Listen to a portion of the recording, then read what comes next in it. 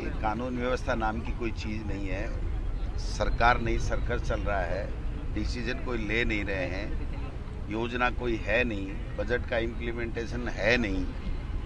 किसान परेशान है, नौजवान परेशान है और केवल मुख्यमंत्री जी भाषण देने में व्यस्त हैं। 2-4 दिन से 7 दिन से निकलते हैं और भाषण दे देते हैं। और अब तो हद ही हो गई। जो चीज़ लोकसभा चुनाव के समय कह रहे थे कि ये संविधान बदलना चाहते हैं, तो अब तो खुल करके आरएसएस के हंस बोले ने बोल दिया कि हम तो बिल्कुल ये जो धर्मनिरपेक्षता और समानता ये सब चीज़ें हम हटाएंगे। तो मैं समझता हूँ कि इनके उद्देश्य बड़े साफ हैं कि ये देश में नफरत फैलाना चाहते हैं, देश को धर्म के आधार के ऊपर बांटना चाहते हैं, अपने आरएसएस के हिसाब से अपना संविधान लिखना चाहते हैं। चुनाव ये करा नहीं रहे, लोकतंत्र को ये मानते नहीं, प्रजातंत्र में इनका विश्वास नहीं। आप बताइए कि जो कानून हट गया, जिसके लिए इंदिरा जी ने कह दिया भाई हमसे गलती हुई है, और उसके बाद में इंदिरा जी 2/3 मेजोरिटी से वापस आई, उसको 50 साल को लेकर के ये बातें कर रहे हैं। और आप बताइए कि अघोषित आपातकाल इन्होंने लगा रखा है।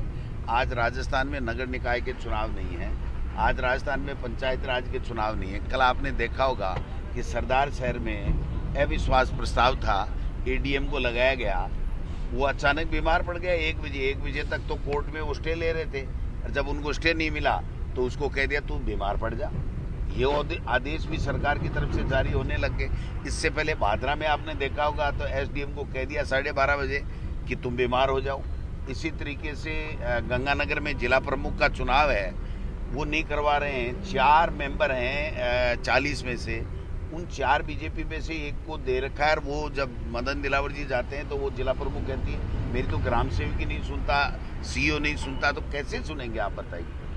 भरतपुर में 1.5 साल से चुनाव नहीं करा रहे, तो लोकतंत्र प्रजातंत्र में इनका विश्वास नहीं है। ये केवल इवेंट मैनेजमेंट करते हैं और देश में नफरत फैला करके संसाधनों का दुरुपयोग करके ये सरकारें चला रहे हैं। मैं समझता हूँ कि ये राजस्थान की जनता इनकी सच्चाई जान चुकी है, हिंदुस्तान की जनता इनकी सच्चाई जान चुकी है और आने वाले समय में इनको सत्ता से बाहर करेगी। लग रहा है कि मंत्री ये इनके बड़े बड़े जो है इनका नंबर नहीं आ जाए, क्योंकि ये तो सारे दोनों हाथों से लूट रहे हैं। ब्यूरोक्रेसी तो इतनी हावी हो गई है कि उनको किसी की परवाह ही नहीं है। कल आपने देखा होगा कि वहाँ पर जोधपुर में अशोक गहलोत जी ने कहा था, एक 3 बार का मुख्यमंत्री कोई बात सोच के कह रहा होगा, उसके बाद पुख्ता जानकारी होगी कि एक विधायक कह रहा है कि एक अधिकारी कह रहा है तुम्हारे मेरे तो मैं जो चलाऊंगा वैसे ही चलाऊंगा, तुमको मेरा चेंज कराना हो तो मेरा ट्रांसफर करा दो।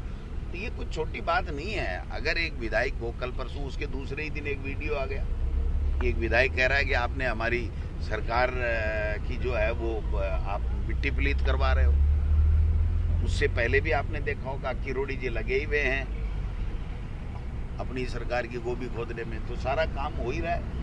अगर मान लीजिए किरोड़ी जी जैसा कह रहे हैं ये नकली खाद बीज है, तो ये नकली खाद बीज से कितने लोगों का, कितने किसानों का जीवन बर्बाद हो गया, कितने किसान लूटे गए, इसकी भी तो जिम्मेदारी तय होनी चाहिए ना। छापे डालने से क्या होगा?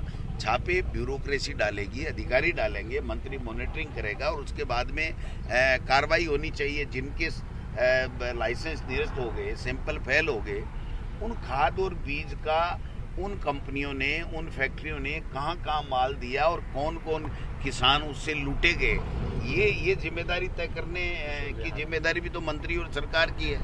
कोऑपरेटिव के माध्यम से एनपीके जो खाद है वो जो नकली पाई गई, उसको करोड़ों करोड़ों रुपए दे करके, सरकारी मदद दे करके, बैंकों से लोन दिला करके दिलाई गई है।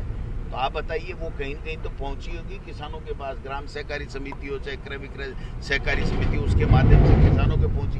अब किसान अगर उस जहर को बो दिया, उसने नकली खाद लगा दी, बीज को बो दिया नकली को, तो क्या मिलेगा उसको? आप बताइए। कोई जिम्मेदारी तय करने वाला है ही नहीं। और इनके जो प्रदेश अध्यक्ष है वो तो कहते हैं कि जो किरोड़ी जी कर रहे हैं ये हमारी पार्टी का काम नहीं है। तो मतलब दिशा विहीन सरकार है जो कुछ भी कर नहीं पा रही।